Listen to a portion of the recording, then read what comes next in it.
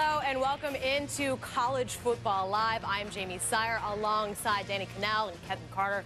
And we've got a lot to get to on this Monday, so we're going to start you right off with it. Our Monday News Minute. And for a second straight year, Virginia Tech's spring game featured major offensive struggles. The final score 7-3. A game with just 12 first downs, 306 total yards of offense. More on that later.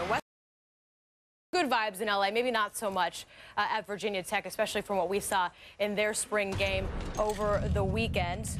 Hokies showing some sign of offensive life early in this one, and the key is early there. Joel Caleb takes the carry and then goes up the middle, 27 yards on that run. So that made it 7-0, but guess what? That's going to be the only touchdown of the game.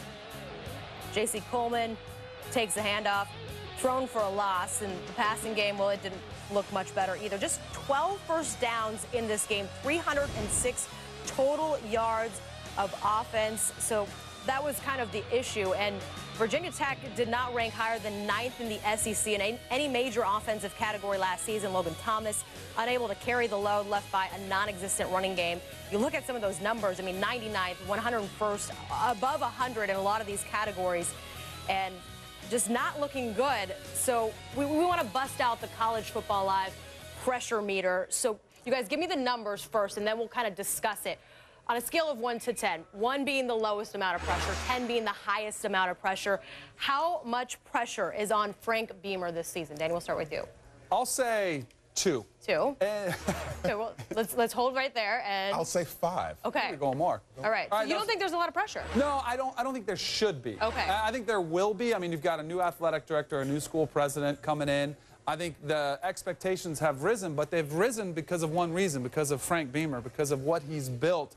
I mean, this is a team that dominated the ACC since they entered in 2004. Right. They ran the, I mean, they were the power. Everyone wants to talk about Florida State or Miami. It's been Virginia Tech at the forefront. Granted, they're coming off their 2 worst seasons since joining the ACC, but this is a man who built this program into what it is. I believe he's one of those coaches that deserves to kind of call his own shots. You give him a little bit more leeway than you would a typical, younger coach where he's unproven and you don't know what the future holds.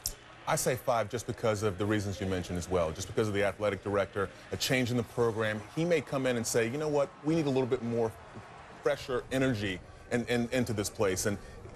But if you take this 10-year snapshot of what Frank Beamer's done since 2004, I mean, he's won the conference 4 times. He's finished better than second in the respective division, the Coastal Division, at least 9 times. I mean, so the last 2 years have been a little rocky, but Frank Beamer, in my book, is as safe as they come. Does he put more pressure on himself than anybody else does, like outside pressure, do you think? Yeah, I think he does. I mean, I think the pressure is on Scott Leffler, the offensive coordinator. I mean, their offense has struggled mightily. Their running game was atrocious. Logan Thomas really struggled to excel when he had all this unlimited potential as, the guy that looks the part, but never really came into his own. So I think the pressure's on the offensive coordinator because Bud Foster, the defensive coordinator, has been there forever. Their defenses have not been the issue. It's been on the offensive side of the ball. At what point does that pressure meter maybe get up to 7, 8? Another 7 and 6, 8 and 5 year, and I think people are going to start to get restless. I think the pressure, like you said, though, is on the offensive coordinator, not Frank Beamer. Frank Beamer's body of work says that he's a winner, and he'll bring the right person in there should they need to replace Scott Leffler. They have built up the expectations where in the football office they have a trophy case, and it is empty.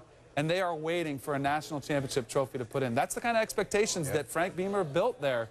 And that's probably the only thing that'll satisfy them in the long run. Double-edged sword. That's what he built there. Absolutely.